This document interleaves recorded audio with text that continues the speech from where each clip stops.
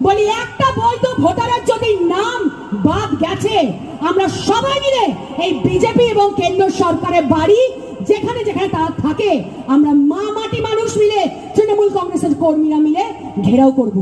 SIR এর নাম বাদ গেলে বিজেপির নেতাকর্মীদের বাড়ি ঘেরাও করার নির্দেশ দিলেন তৃণমূল কংগ্রেসের বিধায়িকা সায়ন্তিকা বন্দ্যোপাধ্যায়।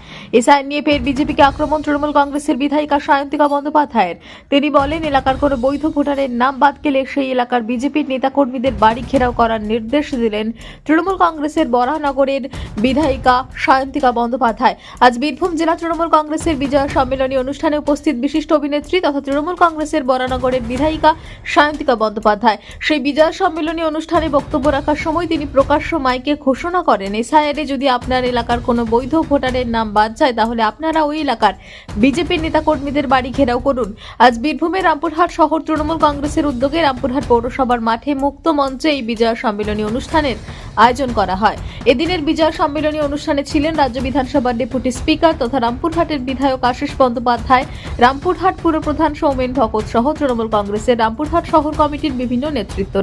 এসআইআর নিয়ে আপনি বললেন বিজেপি নেতাদের বাড়ি ঘেরাও করতে কেন? আপনারা তো জানেনই যে কিভাবে বিহারের নির্বাচনটা কিভাবে হচ্ছে, আপনারা জানেন না? এসআইআর এর বিরুদ্ধে আমাদের কিছু নেই, কিন্তু যদি বৈধ কোনো ভোটারের নাম কাটা হয়, বিহারের যে তালিকা, যে ভোটার লিস্ট বেরিয়েছে, কোর্ট থেকে যে ধরনের ইনফরমেশন আমরা ডেটা পাচ্ছি, আপনারা সবাই পাচ্ছেন, তাতে তো এটা তো মনে হচ্ছে না যে খুব বৈধভাবে নির্বাচন কমিশন ভোট পরিচালনা করার পরিকল্পনা করছেন।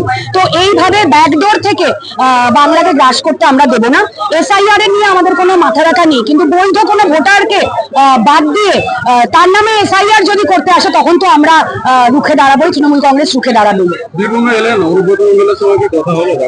আমার সবার সাথে কথা হয়, সবার সাথে দেখা হয়, সবাই মমতা বন্দ্যোপাধ্যায়ের সৈনিক, এবং আমরা আগামী মমতা বন্দ্যোপাধ্যায়ের নির্বাচনে, বিধানসভা নির্বাচনে ঝাঁপিয়ে একসাথে লড়ব।